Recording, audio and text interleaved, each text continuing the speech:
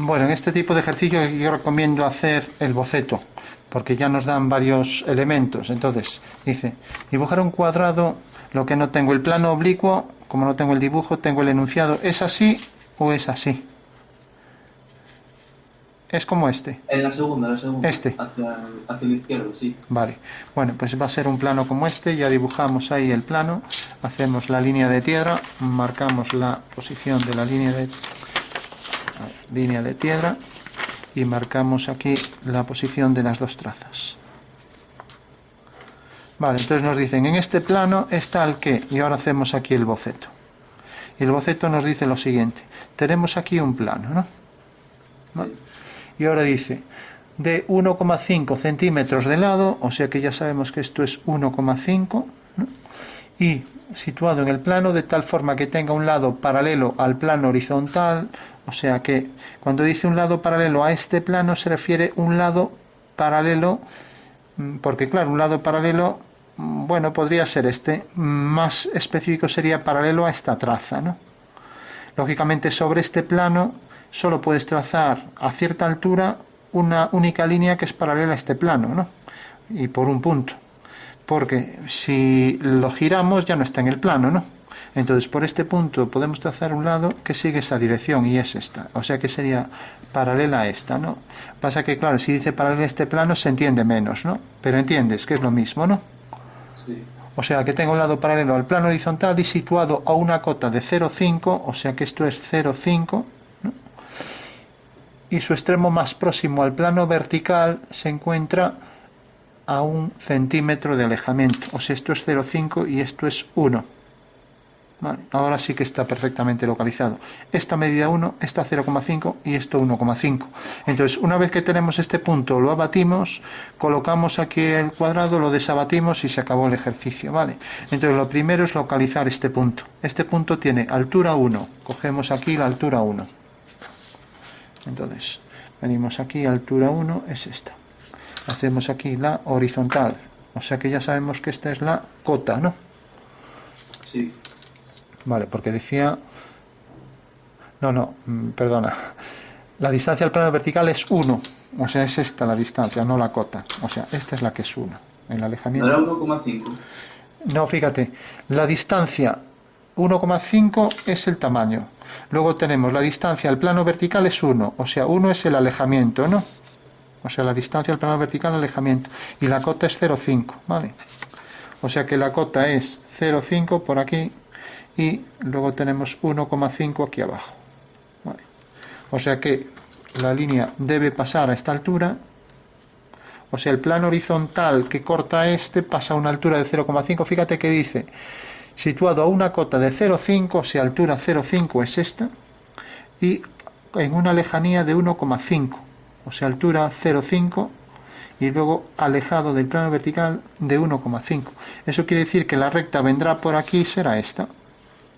O sea que el plano contiene a un plano horizontal que está a esa altura de 0,5 y ahora, como sabemos que está en este plano que corta según esta recta, sabemos también que tiene un alejamiento de 1,5, por lo tanto debemos hacer por aquí una paralela a la línea de tierra. Y ahora ya sabemos que esta es la localización del punto, ¿vale? ¿Se entiende? No hay otro.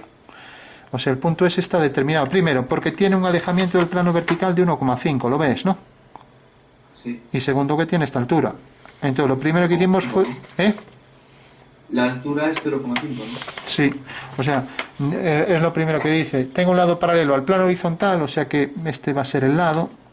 O sea, el único que está en este plano que es paralelo, o es este, o podríamos ponerlo hacia ahí, pero no, dice que el más cercano, un lado paralelo al plano y situado en una cota de su extremo más próximo al plano vertical, o sea que solo puede estar de este lado, es esto, ¿entiendes?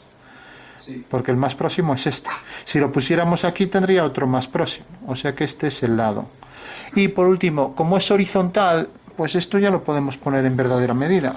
O sea que es mucho más sencillo de... Si estuviera inclinado, no. Pero como es una línea horizontal y mide 1,5, este es el lado exactamente. O sea que ya lo podemos marcar. El lado del cuadrado es este, ¿no? Entonces, primer paso, altura 0,5, pasas un plano horizontal, altura 0,5, corta aquí. Ese plano corta según esta línea, viene por esta línea, pero sobre esta línea está el punto alejado 1,5, entonces pasas la distancia 1,5 hasta que corte esa línea. Y entonces esta es la distancia 1,5, ¿vale? Con lo cual ya tiene las dos cosas, la altura esta y el alejamiento esto, o sea, la cota 0,5 y el alejamiento. O sea que aquí está localizado el lado del cuadrado. Y ahora pues ya solo hay que abatirlo y dibujarlo ahí encima, con lo cual ya es inmediato y rapidísimo, ¿no? Entonces hacemos una línea vertical, por ejemplo, cogemos el compás, hacemos este giro, esta línea vertical corta aquí, es una perpendicular a la línea de tierra, aquí hacemos otra línea perpendicular, no tiene por qué coincidir con ese vértice, corta aquí, por lo tanto ya tienes ahí abatida la traza. Recordamos que al abatir esta medida va a ser igual, por eso cae aquí, y que este punto al abatirlo cae en la perpendicular, por eso hicimos la perpendicular. Bueno, pues ahora este punto caerá en la perpendicular, este también, y ahora esto corta aquí, pues hacemos una perpendicular al eje de giro y aquí una paralela al segmento, con lo cual ya tienes el cuadrado aquí, su lado abatido. Entonces colocamos aquí el cuadrado, tenemos ya el cuadrado aquí y ya solo hay que levantar este cuadrado. Entonces hacemos aquí una paralela a esta y a esta, hacemos aquí la perpendicular, corta aquí, hacemos la paralela y ahora hacemos aquí, como es perpendicular esta línea al eje de giro, ya tenemos aquí el cuadrado, ¿no?